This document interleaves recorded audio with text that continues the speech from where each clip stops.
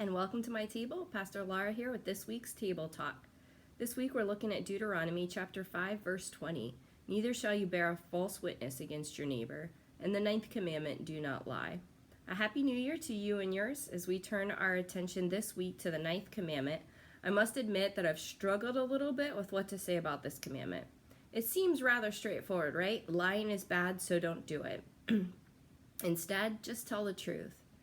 And also, I'm not really sure that a table talk allows us to adequately explore in depth topics like, is there a justifiable lie? For example, something like a husband telling his wife that the dress doesn't make her look fat so he doesn't hurt her feelings. So what can we say about this commandment that helps it to be meaningful to us in our daily lives as we seek to follow after Jesus, and also meaningful in our families and in our homes? I find myself once again coming back to the spirit of the law, which is love, and also recalling that the law helps us in our relationship with God and our relationship with others. Further, I'm reminded of what I often tell my own children. Lying is really bad. In fact, it's horrible because it breaks trust in relationships. And once trust is broken, it's really hard to earn trust back. Trust is of key importance in any and every relationship that we have, from the most insignificant of relationships to the most important relationships in our lives. For example, imagine that you went to a restaurant for a meal. If you consumed food at that restaurant that made you really sick, or you had really bad service and the manager didn't do anything about your bad service that you had, it's probably unlikely that you would go to that same place at a future time for a dining experience. You would think to yourself, whenever you heard that restaurant mentioned, well, I can't go there. When I went there, I got really sick, or I had a very bad experience with service.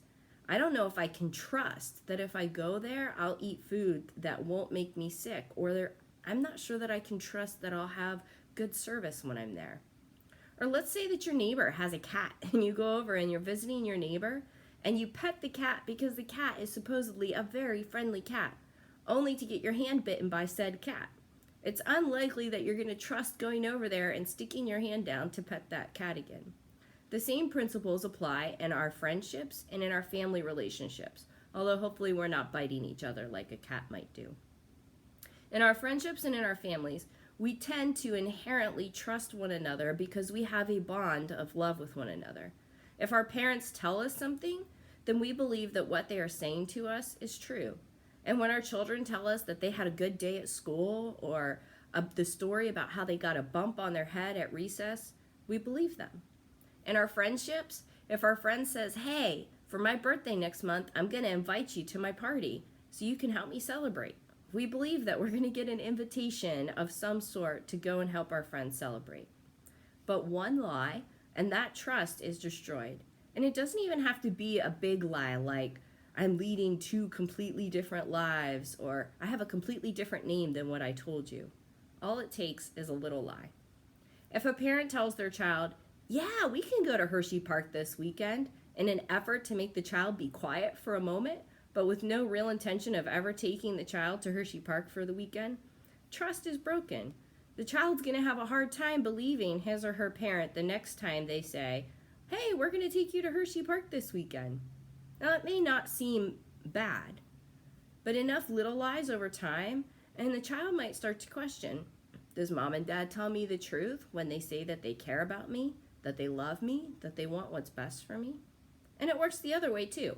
If a child comes home and says, I had a really great day at school today, everything was wonderful, but then mom and dad get a message from the teacher saying that the child failed their math test and pushed a friend off the monkey bars, trust is broken. Now, when the parent asks about that child's day at school, in their own mind, the parent might be saying, well, did they really have a good day at school today? Are they telling the truth?